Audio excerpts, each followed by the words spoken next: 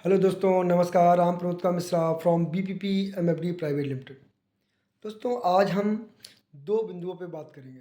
पहला, जब हमारा टॉप कैटेगरी का जो व्यापारी है, जब वो कोई नया स्टार्टअप लाता है तो वो बहुत सी चीज़ों का आकलन करता है कि मार्केट कैसा है, उस प्रोडक्ट का डिमांड कैसी है, उस प्रोडक्ट से रिलेटेड कितने लोग मार्केट में ऑलरेडी हैं और क्या एक नया यूएसपी वो बनाए और कितने दिन उसको मार्केट में नो प्रॉफिट और नो लॉस का बिजनेस करना है।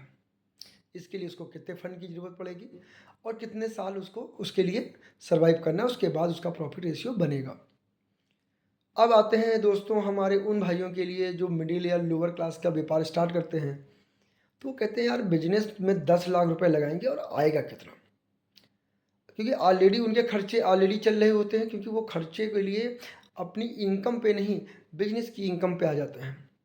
और उस बिजनेस को, जिसको 2-3 साल, 1 साल, 6 महीने के बाद उनको प्रॉफिट बनाने का मौका मिलना चाहिए, वो तुरंत उसको काटने लगते हैं। और यही कारण है कि छोटे कैटेगरी के व्यापारी कभी टॉप कैटेगरी पे नहीं जा पाते।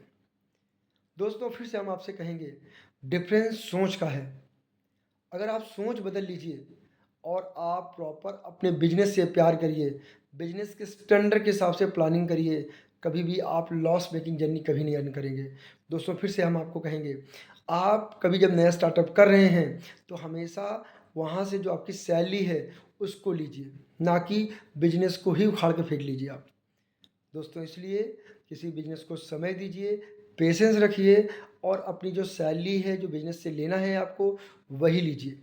2-3 साल प्रॉपर उस बिजनेस के पे खर्च करिए टाइम, आपका वो बिजनेस एक दिन प्रॉफिट ज़रूर देगा। अगर किसी प्रकार का कोई इशू आता है तो आप बीपीपी एमएफडी प्राइवेट लिमिटेड से भी आप संपर्क कर सकते हैं। नमस्कार दोस्तों।